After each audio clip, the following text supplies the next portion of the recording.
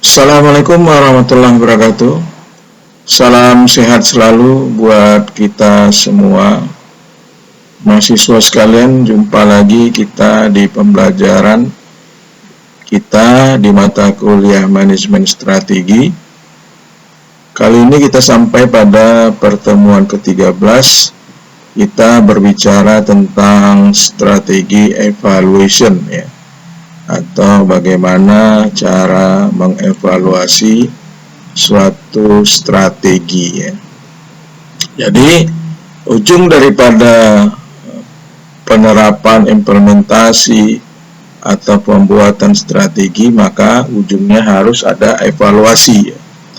Evaluasi ini dalam rangka bahwa apakah strategi yang kita jalankan itu telah efektif dan efisien sesuai dengan tujuan yang diharapkan oleh perusahaan. Makanya perlu selalu dilakukan evaluasi ya, dan pengendalian strategi, atau ini sebagai fungsi kontrol atau fungsi audit ya.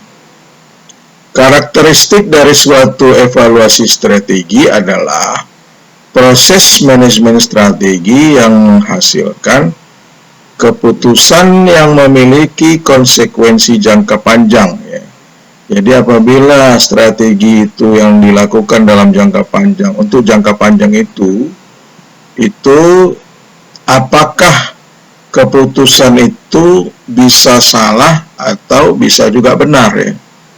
Jadi bisa salah harus juga dievaluasi, kalau benar pun sesuai dengan tujuan konsekuensi jangka panjang juga harus menjadi evaluasi daripada perusahaan tersebut ya.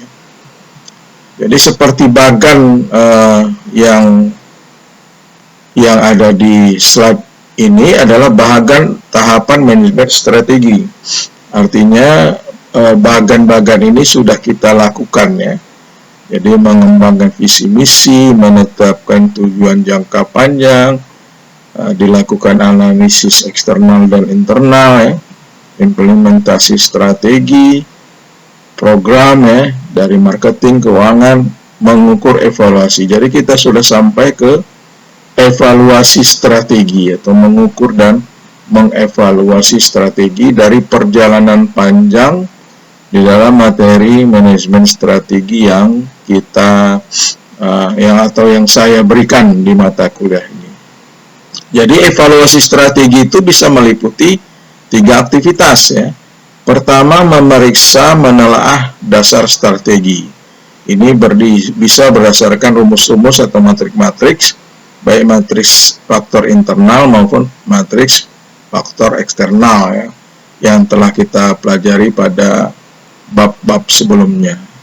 Yang kedua, membandingkan hasil yang diharapkan atau hasil aktual ya. Ini mengukur kriteria-kriteria strategi yang dipilih. Yang ketiga, evaluasinya adalah mengambil tindakan koreksi ya.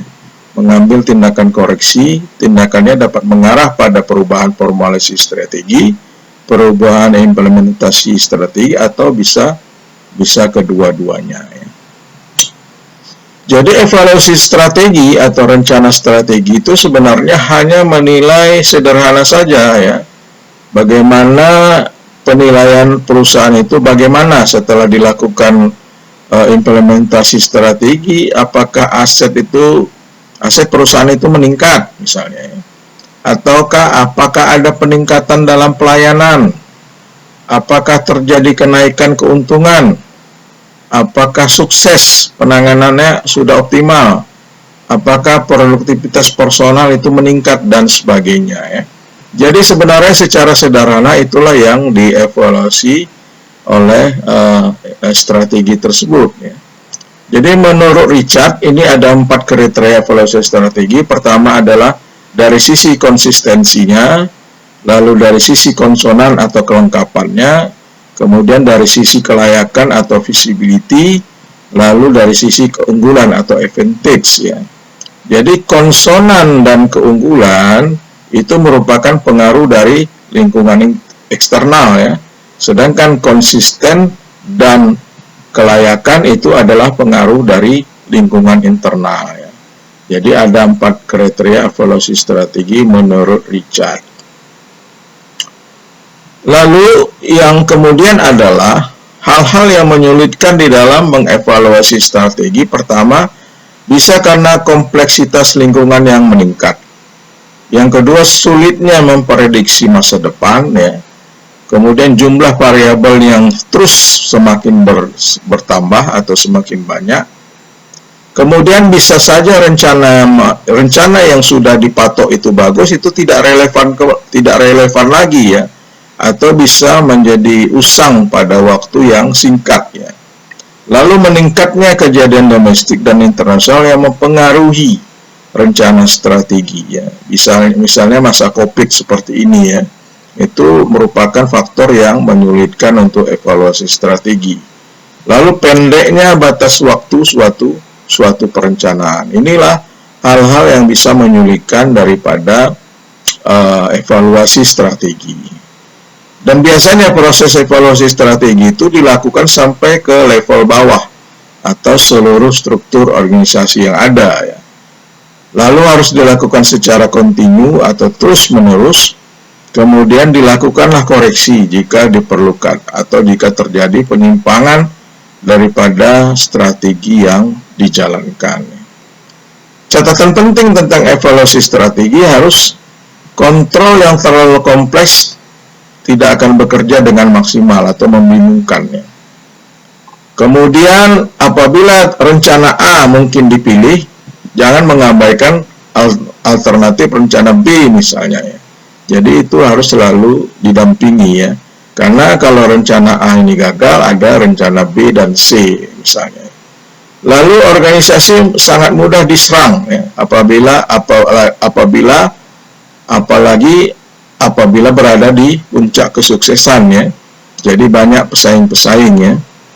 Kemudian evaluasi strategi harus bisa dilakukan semudah mungkin, ya, sehingga bisa manajer itu menilai rencana dengan cepat. Kemudian implementasi strategi seolah-olah itu diasosiasikan masa depan, ya, tetapi sebenarnya masih ada hubungan dengan masa lalu. Lalu evaluasi strategi itu harus dilakukan dengan serius. Kemudian organisasi dan praktisi manajemen sepakat dengan perencanaan minimal 5 tahun mendatang. Lalu perencana strategi harus tidak membuat rencana menjadi fasilitator, katalis, inspirator, pendidik, dan sebagainya. Inilah kira-kira bahan atau video pengantar yang bisa saya sampaikan di dalam materi evaluasi strategi.